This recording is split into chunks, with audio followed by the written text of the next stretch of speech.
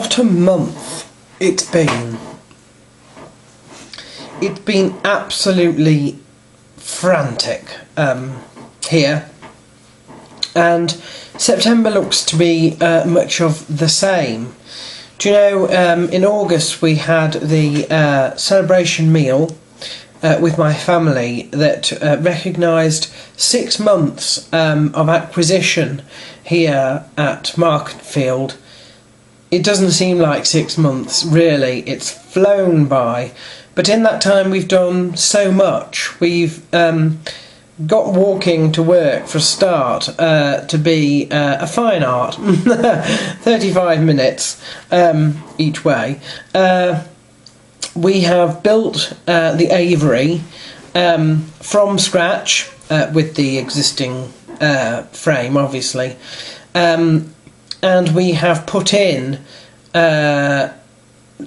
just loads and loads of birds. We've got 4 finches, 2 canaries, and now 7 budgies. We did lose Jens the budgie, which was very sad. But we also now have Jens Jr. In the flock. We put a gate and a sort of fence was put up by next door on our back side, so to speak. We didn't do quite so well with our planted pots this year, but that was really because of the weather. Things did look good before it started to rain for the monsoon, and we did get a few things that managed to grow. So, you know, there's still room to improve.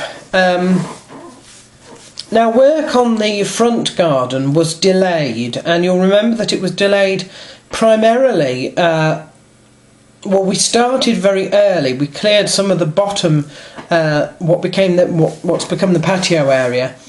We cleared that pretty quickly, but then we had to hold off because of the weather and because I got ill over Easter. The weather's been so bad that it's been this month, I've got something in my teeth, before we were able to continue, and the garden is now pretty much complete at the front.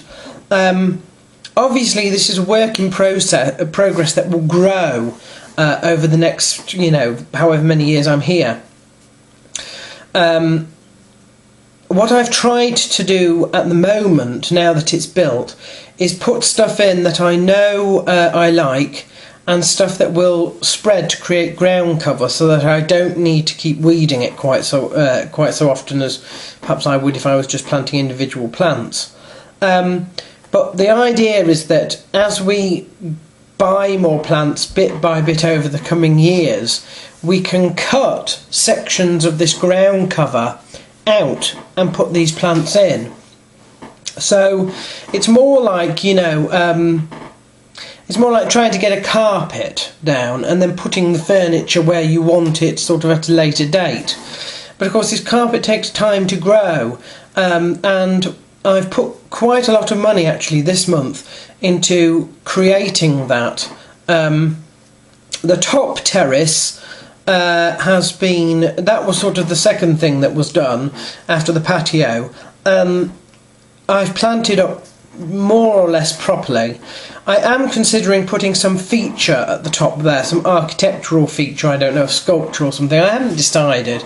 But that's got a lot of the big stuff in it, the cordylines, the canna, the yuccas, you know, that sort of thing. And I wanted to create a sort of semi-tropical and rather interesting thing up there with quite a lot of big plants. And then right at the front next to the road, I wanted some ornamental grasses that would grow high enough to shelter so that people couldn't look in, and some thistles right at the front, little thistles, to stop people who might be tempted to walk through. So that's the top, and I've pretty much done that. I've created a colourful section as well near next door's border we do think that we might need 1 or 2 larger plants to mark out that border, and because we get a wind that comes from the west, and it's quite a strong wind, we might want some big plants down that side, just like this big plants down by the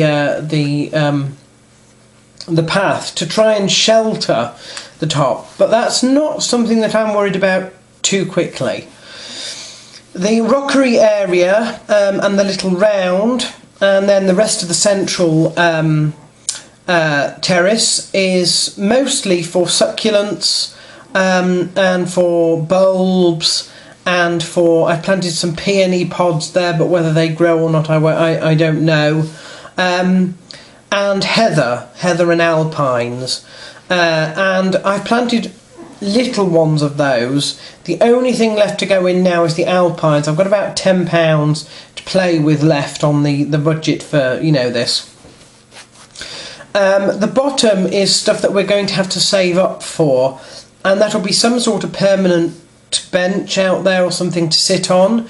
I want a bird table, I want a greenhouse, but it's obviously going to be sort of one of those small mini plastic ones. I want a very large sort of trough that I can grow a herb garden in, and those 2 things are going to go next to the border with next door, so that it gives a little bit of space there. And I will eventually fix an awning as well, that will come out and be able to shelter the seating area, because that's south facing, so it gets a lot of light and quite a lot of heat, and you don't really want that shining on your head all the time. Obviously these are very exciting times. You know, we've had exciting times before. We had what I'd like to call a foothill, I suppose, an exciting point in my life, which you can all view on these videos, and that's the whole idea of it, really. When we did our cage gladiators sort of stint, so to speak, which is, you know, 2008, 2009, and things have been quite quiet since then. But I, you know, even these moves, things like, you know, the move to Markenfield, the Inquisition that we had last year, some of the Finch breeding, which we're actually going to start up again this month, and a vegetable patch again, which we're going to start up, which I haven't done in about 12-13 years now, so I'm looking forward to that. These are foothills, okay? They are not the mountain peaks that I believe are to come. So these are exciting times, but do bear in mind that I have a feeling over the next couple of years that things will get even more exciting. Even more exciting. I have big plans. If you think that what I'm doing at the moment is busy and exciting, I have big plans for the future, and I have ways, I think now, of making that happen. So it's an exciting time to be a subscriber and to follow my videos, and I hope that people enjoy my channel as well. The only other news really of this week is to say that we've had a little bit of an issue with the aviary, and that's that 2 of my finches, Beverly and Martin, the oldest 2, have already started breeding. Oops! I stupidly left a coffee pot out there, which I bought in a charity shop, and this coffee pot I used to transport water, to fill up all the water bowls I have for them, and eventually I changed my mind with that, and I started filling up bottles that I could put a lid on, and I used to keep them in the porch, and that was just easier. It lasted longer. I didn't need to keep walking up and down the steps to do that. So this coffee pot, this empty coffee pot, got left on the side in the finch enclosure, and I've discovered a nest, and I've actually discovered an egg as well. It's not best practice because those 2 are brother and sister. They're from the same clutch, and it's also not safe to leave it as it is. So what I'm going to try and do is transfer the egg and the nest into a proper nesting box and into the cage, and that will be the start of my finch breeding for this year. Oh dear, it's not ideal circumstances, but you know, this is how things happen sometimes. So exciting things to come with that. Hopefully more little babies. We all remember that, don't we, from 2010 and the early part of 2011, in fact. And we'll see whether we can get, you know, the ball rolling there.